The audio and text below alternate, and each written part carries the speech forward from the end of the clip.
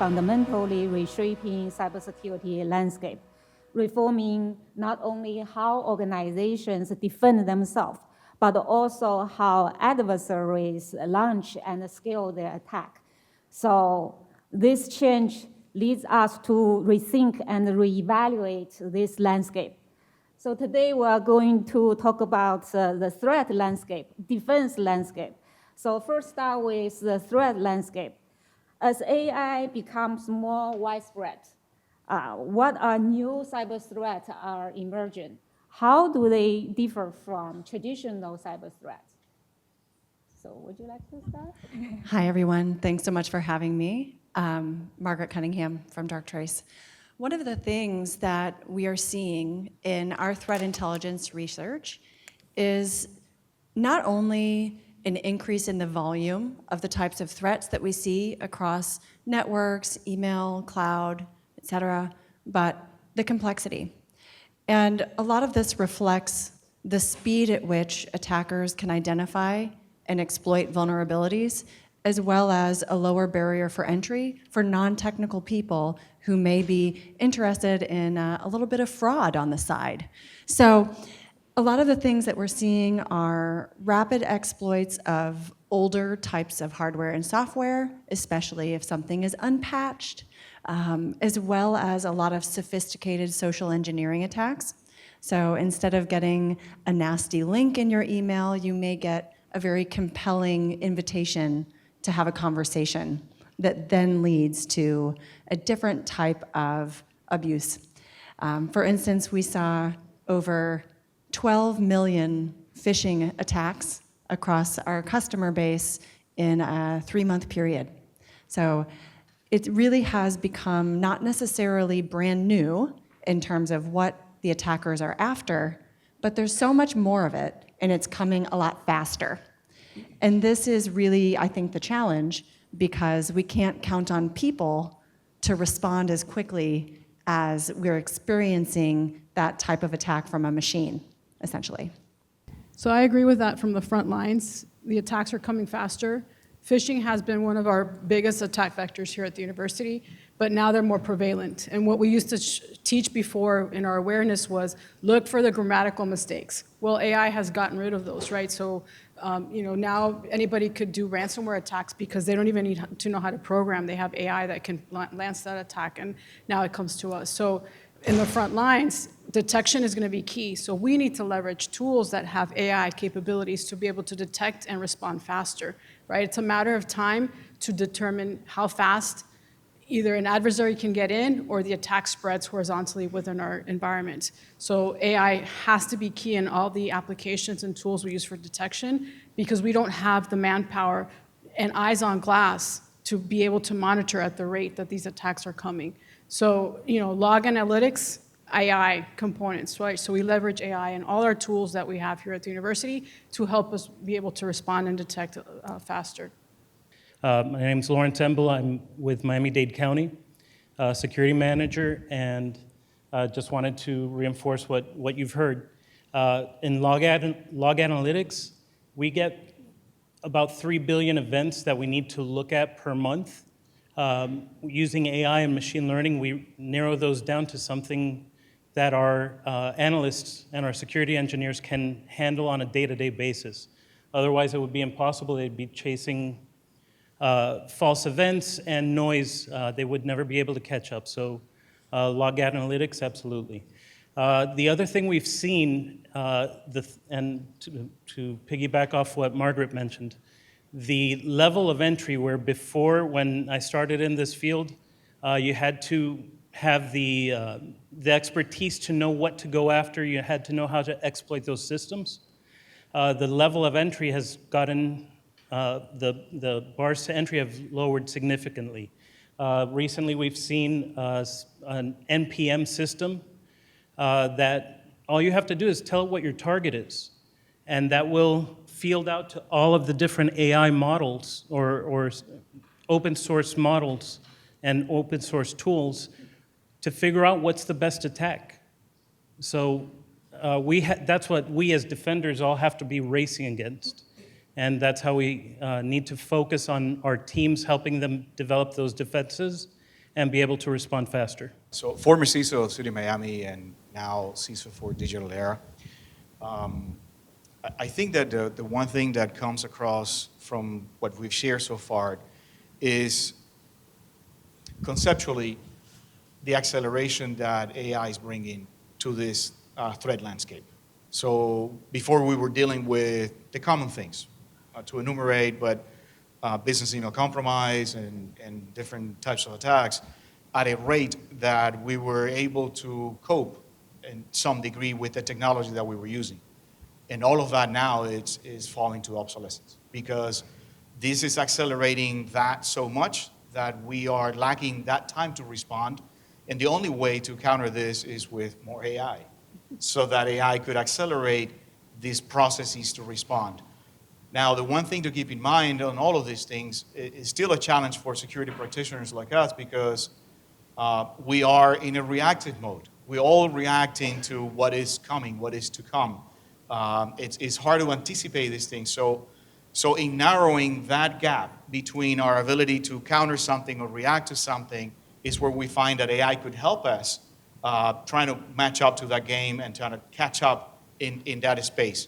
But it's not just us resolving the problem and making defenses, is that the attackers, as mentioned, by my colleagues here, they're also taking advantage of this and accelerating those attacks as well.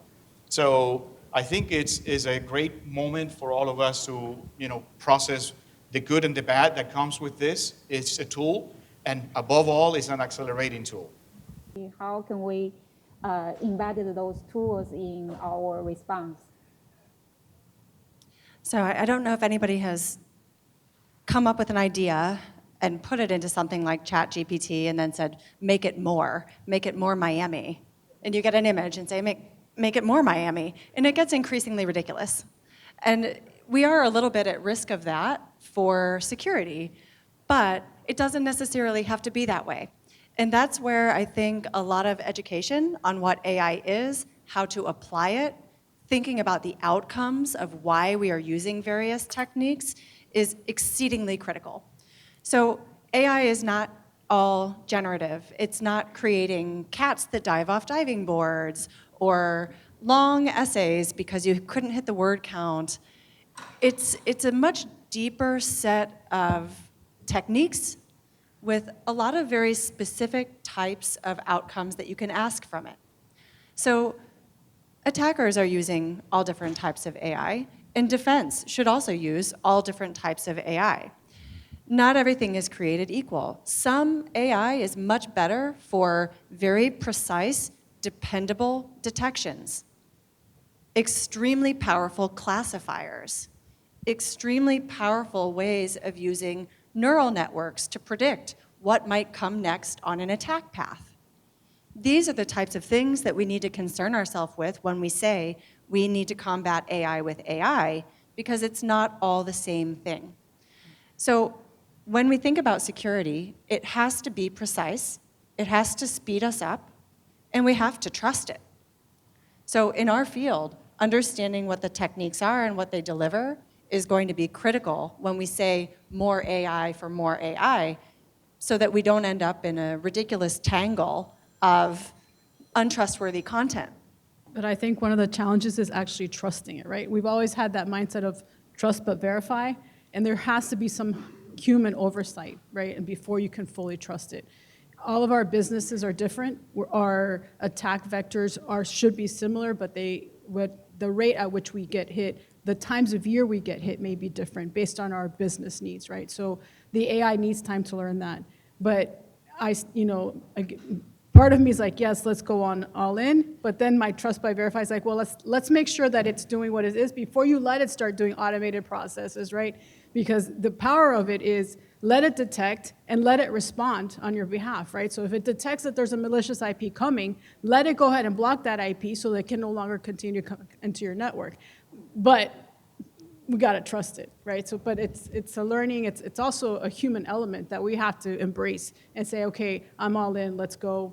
And if something gets blocked, then it's on us, right? We still need to take responsibility, and I can't just say, oh, the AI tool blocked it.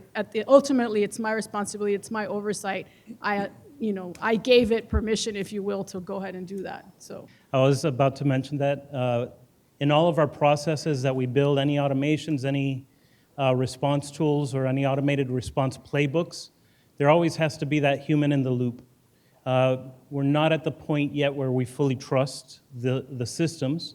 They're still being developed. We are still creating them and fine-tuning them. Nothing's perfect, either day one or day 5,000. What we have been focusing on is not only enabling our security staff or our developers or whoever with the tools to do the AI tools to help them work, but helping them realize that their critical thinking, their rationale, their experience plays just an equal part.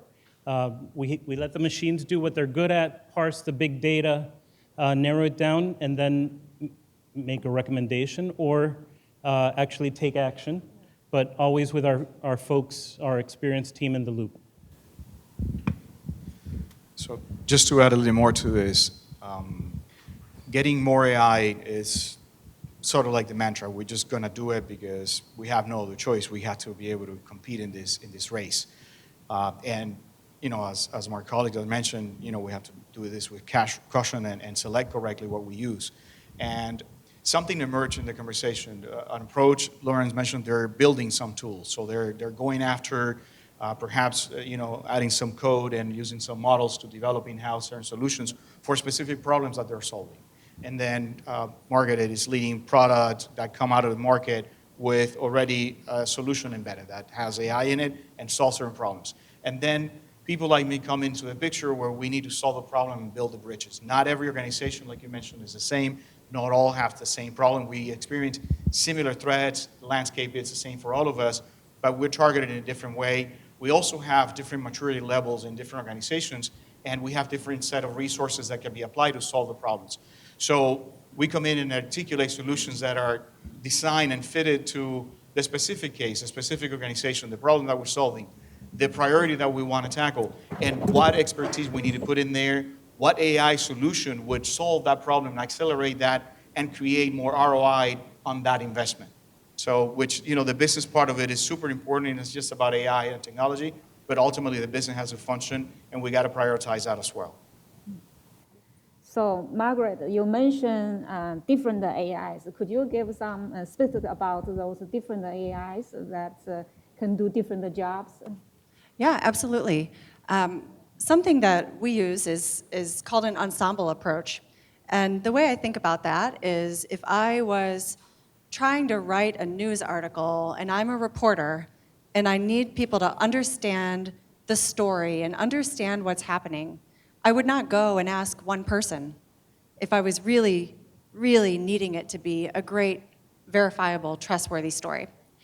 And so one of the things that we do is we take a layered approach using different types of unsupervised learning to cluster things together, different types of language models that can create classification and embedding, along with other types of deep learning at the same time. Because this gives us a much more robust way of applying multiple techniques to a very, very difficult, complex data source, because we have everything from text to logs, to late arriving data, unstructured data, and we have to take all of those different types of models to work together to give us a high confidence in the signal that we believe we're seeing from complex environments, complex data, as well as complex use cases. Earlier, Bobby Grillo talked about our AI strategy and what we're doing as far as AI. So we do have an AR work group where we're looking at the different aspects of AI across the university. We're a little bit, I look at it as an opportunity because we have an opportunity to look at all aspects, right? The teaching and learning, which the president touched upon a little bit, developing that workforce that can embrace AI and it's ready to go out into the workforce, understanding and able to use AI in the workforce. We have our research capabilities. We have an amazing engineering research staff that is working on AI, so we're doing a lot with that. And then we also have a lot in the healthcare area where they're embracing AI for training our future doctors to have better response and detection on healthcare issues. And then we have our operational, what we're doing at the university from an operational, how are we helping sustain the business processes of the university with AI tools?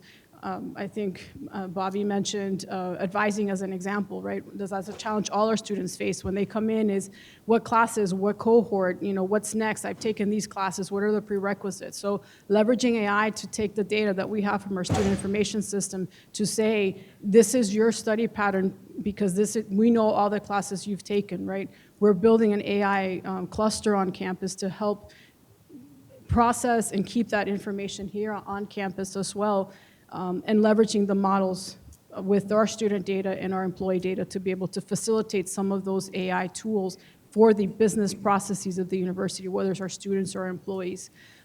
We've partnered with Microsoft with Copilot, so we do have an extensive relationship there in our training our faculty and researchers to use Copilot, not only for productivity in their day-to-day, to cut some of the time of the, summarize your emails, draft an email, record or transcribe meetings, but also, any interconnectors that we can leverage Copilot within the Office 365 suite or other tools that Microsoft has already partnered with. So we're doing a lot in the AI space. It's a really great time to be here, and I see it as a huge opportunity for us to embrace it, learn it, but we have to also understand the risks around it, right? And wearing my security. So how you leverage AI in security, like phishing detection, threat detection? Yeah, so we leverage it, as I mentioned earlier, for our threat detection. We have a lot of data that comes through from all our devices and all our systems, so we're using it for detection from that perspective. We use it to also proactively enable some blocks where we trust it and where we have been able to train it, if you will, where certain things we know are wrong and shouldn't happen here at the institution. So we do leverage AI from that perspective. So in Miami-Dade County, following up on Helvi, yes, we trust but verify. Some of the ways that we're using it to also accelerate our team is not just on the incident response side, but on the governance and compliance side. We've taken the approach where we're letting our internally trained AI processes take a look at our third-party risk. Every time at the county we want to bring in a new system, anything that's going to plug into us, anything that we might be trusting with our data, we'll have our internally developed bot, ML, whatever you'd like to call them. They're evolving so quickly now.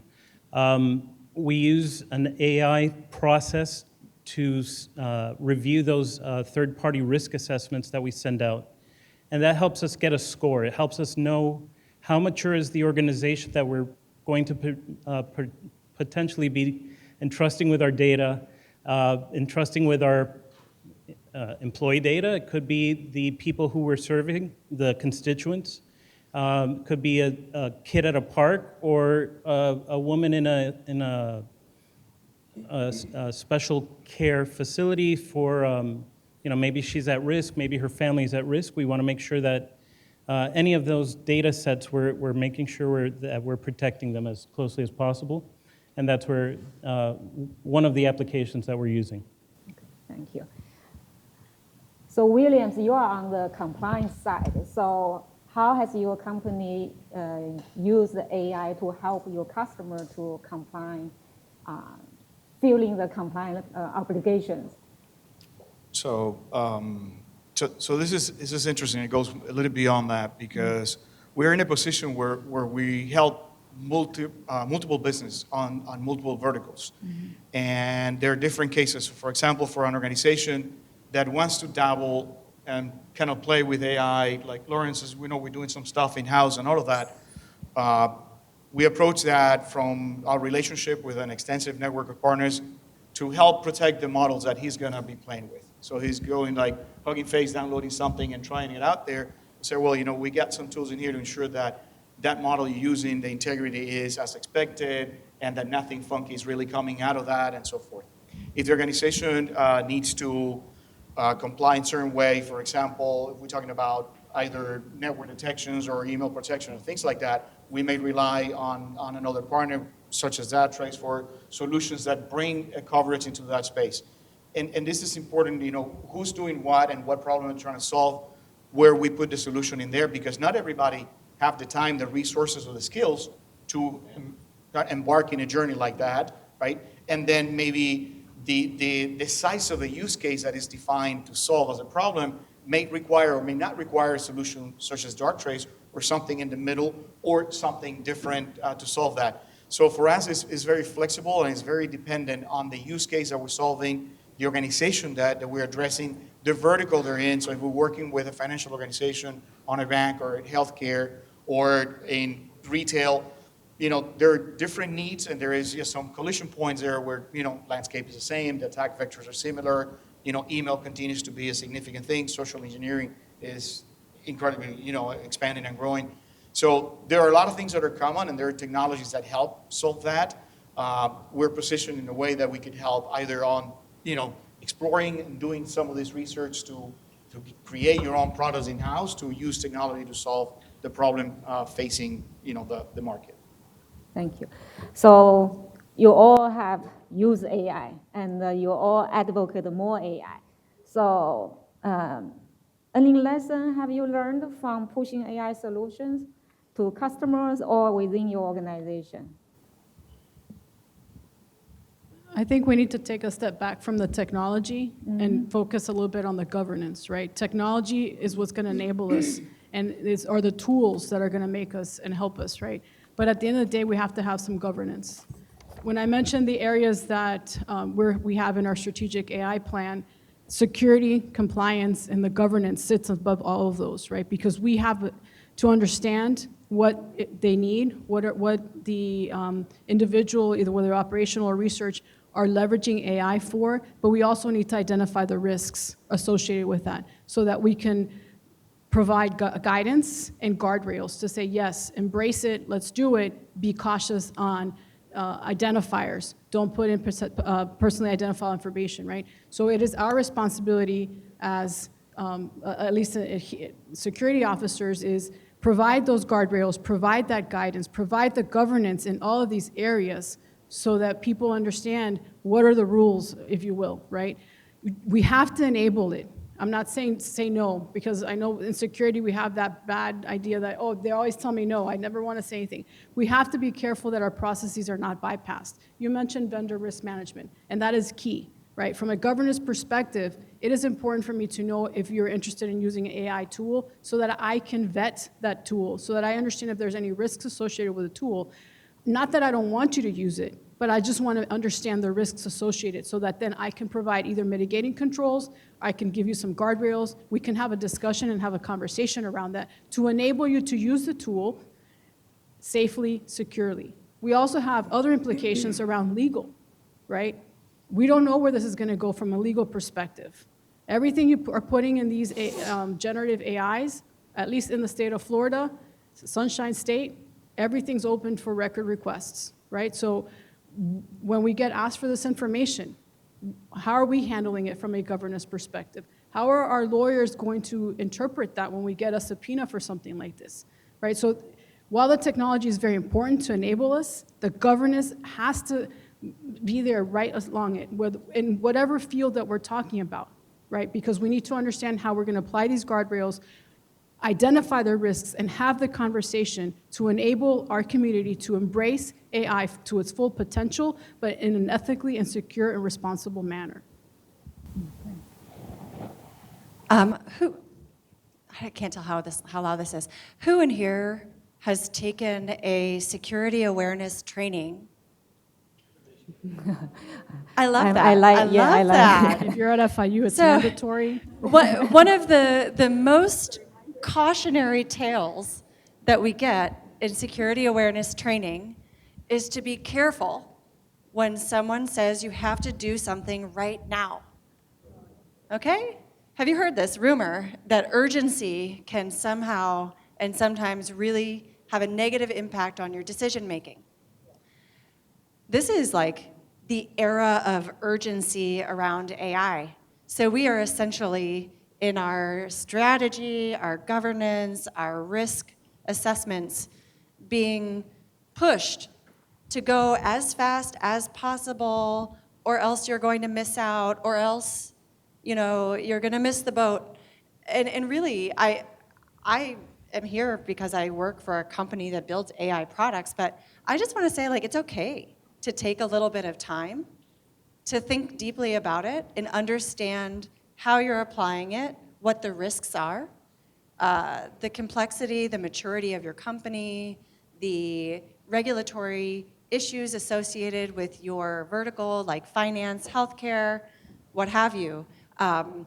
Because if you take that time and you set up some of the guardrails around integrations, vendor assessments, data protections and controls, ask questions about how models are using your data, how they're being updated. These are all things that, in that moment, someone might give you a hard time and say, oh, you're in the way. But ultimately, if you can set up these governance frameworks and continue to iterate on these, you are creating a way to streamline processes, to integrate and advance the maturity of AI within your companies, your security, as a long-term vision, instead of as that urgency that ultimately can cause some really poor decision-making. Yeah. So I think about it like that, really taking a moment to understand that there are balances and conversations that need to be had that don't necessarily mean no. It might be yes, but we're going to do it in the safer way. And that applies to even technologies that we already have, right? So some of our users already have applications that they're using, and vendors are also trying to get into the AI buzz, right? So they also now have, I have an AI component. I can turn that on for you. I can turn that feature on for you. But from a risk perspective, we're thinking, well, are you consuming my data? Where are you storing the data? Is this shared? Because now you're going to be using it for AI. The end user's like, oh yeah, because they want the efficiency, they want all the same things that we've all talked about on the security side. They want it for whatever their work role is. But then we just have to, like you mentioned, take a step back and say, well, let's understand it. Who's using it? Where's that data? What type of data are you sharing? And have you looked at any contracts, right? Is there any contractual language where if something were to happen, what does that what do we do, right? I hate to say supply chain. Yeah. Because absolutely. It will make everybody have a panic attack before lunch. But it's one of my favorite times to panic, though. It really does. There are dependencies that become invisible because of the different types of products that are creating new features with follow-on supply chain factors like data sets, foundation models, et cetera. And so, again, we need to be conscientious of how quickly things can spread that way. Yes. So you mentioned that without and with your approval, employees going to use AI for work, right? So that means there's a shadow AI risk, a control and data breach risk, and compliance risks. So how can you safeguard, for secure AI use? Sure. Helvi, you reminded me of a very famous quote by Henry Ford. He said, if I had asked my customers what they wanted, they would have told me they wanted a faster horse. Sometimes our customers just want to know that they have AI. They may not know what's going on behind the scenes. And that's where we, through our governance and compliance processes, will help either lay that groundwork, build the expressway that they can take off running on, but make sure that there's guardrails on either side to make sure that things don't go horribly wrong. Getting ahead of the curve, getting your teams trained, getting them knowledgeable so that when our customers do show up, hey, I need this turned on right now. What are you looking for? Oh, it's an AI thing my vendor's telling me I need to turn on right now. Okay, what's going to happen to the data? Where are they storing it? Are they training their other clients with our data? These are the the 5 who, what, when, where, how questions. At least when we come in from a security point of view, these are the things that we're trained on. These are the things we look for. These are the things we maybe push back on these vendors that have not had anyone else push back on them yet on. Ultimately, it's also having a conversation, right? Understanding and having that conversation and educating our users. I keep saying that I want to enable it, and I want to make sure that we're on the same page, right? I want to make sure that you understand where I'm coming from, and I want to understand where you're coming from so we can meet in the middle. But at the end of the day, it's understanding the risks. I need to be able to communicate those risks to you so that we have that starting point to say, okay, this is where we're going to start with this tool or this application, and this is how we're going to start enabling the AI components. But it's about education and it's about communication. If we don't have that, then I think we're going to be at a loss, because our users, I'm already aware, they're using it, right? They're using it at home, they're using it for work. They might even have personal accounts where they're using work, they're putting in work, information in it, but it's having that conversation. And again, the guidance, we have to be able to provide guidance, because people will find a way. Everybody wants to use it, everybody, doesn't want to be left behind. I get that, but let's have that conversation. So if you have questions or there's anything that you're not sure about, let's ask, right? And let's have that conversation. So Williams, what's your view with organizations with a different maturity level in terms of AI use? How can they safeguard their AI risk? All right. So I want to try to paint a different picture around this topic. And I didn't graduate from the art school. I did from business, so don't mind me. Here's the thing. I agree with what we just discussed, but I want to draw attention to what Helvi was saying about governance. And I want you guys to think with me about this. So we talk about governance, and we defined all kinds of things in there. You can do this, you cannot do that, you can do this much, you can do it at this time, not at that time, with this or without, etc. And we get to cross an important hurdle, which is defining, right, how we want to govern the use and the adoption of the technology. And that is great. We need to have that. But then there is another challenge that follows, which is implementing that, operationalizing that, maintaining the overhead that creates. Now, pause there for a second and think again the context in which we operate. This is a business operating, a business that has its own culture, that it has its own drivers, its own pressures, and its own demands, and is asking for velocity on just about anything, right? And there's certain expectations. So to do these things and to do them well, time is required. And the only way to offset time is to throw more resources at it. Either we invest more money or we put more people in there, we add some talent. So you see there is an equation evolving around these things that we got to figure out how do we balance, right? And then if we draw back on what you were saying about people wanting to use the technologies regardless, and us coming in and say, let's help you solve something. You got your governance set in place. You know how you want to control it. You want to enable the business. You want to report upstream that, yeah, technology departments, security and otherwise, are good enablers for the business. How do we do this in a safe way? Well, so maybe we could come in and talk about, let me provide a solution that would enable you to use the technology that you want to use and put those guardrails that you're defining, give you the visibility that you need to have in order to use that tool, that technology, under the constraints that you set up based on your risk assessments. All of this is an investment. People think I'm going to use AI, I'm going to get more ROI because I'm using it, it's going to accelerate, but it also brings a cost. There is an operational cost, a TCO that increases with this leverage. So unless the value that we're generating with the new AI adoption offsets that general TCO, we're running into other problems. And there are a lot of hidden costs around these things that we're neglecting, but they are there, and eventually they're going to bubble up, and we're going to feel it in some area of the business. Somebody's going to ask, what's happening with the balance sheet somewhere?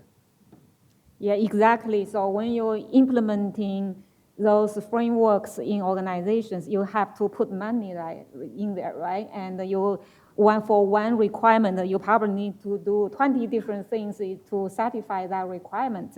Then it comes to the organizations. For example, I think many probably in our audience, there are some people from small and medium-sized companies. They have a limited AI talents. They also have a limited cybersecurity talents. So how can they leverage AI capability with limited resources? I think it really does come down to being ruthlessly outcome-oriented. What is it that your company needs? What is the biggest problem? What skill sets do you have internally? If you don't have a huge cybersecurity team, which most people don't, they really don't. It's very limited teams and very limited expertise. You really have to think about that strategy that provides tools that are serving the purpose or the business outcome or the worry or the risk that support the capabilities of your team. And it's actually getting pretty hard to understand what the skill sets need to be, as well as what all of the technologies are doing. So I don't think it's a very, very difficult question to answer, especially because of the different types of maturity that you find within a company. A lot of people in small companies are doing things in a very manual way, but that also means that they're probably not able to cover everything. So that's often an unseen risk that could be supported by more advanced analytics or support tooling. But it's very hard to capture the ROI, and it's very hard to define what the top priority outcome is. I think some of the issues that come out there is that you uncover so many outcomes or so many areas that you want to address that you don't pick one. And then you don't do anything, and that creates more problems. So, being okay with picking one or two things, even if it's a stack of 50, and chasing those for incremental improvements is really the key to get started. But it's a big challenge.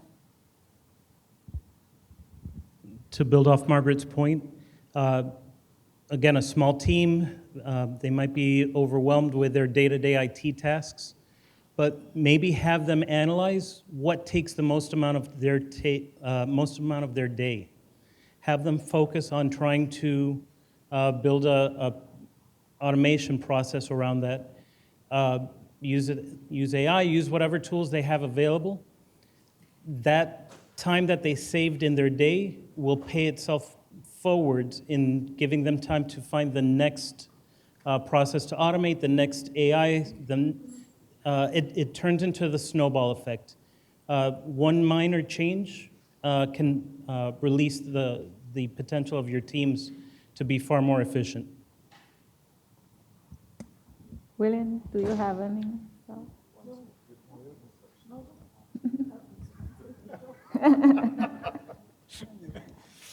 All right, so I agree 100% with my colleagues sitting here about how do we do this, and it couldn't be better said that outcome focus. It has to be about that. What does the business need, and how do we take that and operationalize that? So for some organizations, though, doing something in AI, regardless of what it is the goal, because they need to put on a web page or they need to advertise that they have some sort of mingling with AI, and that's about it. But for those that are really solving a core business problem, it has to be that. It has to be a business problem that means something, that is a priority, and that's where that investment should go to. Now, there are limitations. So for those that don't have the capital, say small, medium businesses, that there are like 6,000 vendors out there producing all kinds of solutions on all kinds of flavors at different price levels. It's a matter of figuring out what is the right fit, given the priority and given the funding that is available to solve the problem. Heidi? So, I think I have a little bit different. I look for that low-hanging fruit, the repetitive tasks that are just monotonous, right? That they don't even like doing anyways. So let's automate that. Let's see how AI can enable that so that we can then focus on bigger, better things that they will be more interested in, that they will then want to spend time doing, because then I'll have a bigger outcome there. And then we'll address that and then continue from there. Because you also want to make sure that we do have small teams, but you want to make sure that they stay engaged and that they stay curious about what they're doing. But if they're doing the same thing day in, day out, they do get bored, right? So looking for those repetitive tasks where we can automate and leverage AI to help with that, I think it's great. And even just letting them use and access AI to help facilitate that is a really eye-opener for them. So they embrace it and they take it, and then they wanted to go to the next step.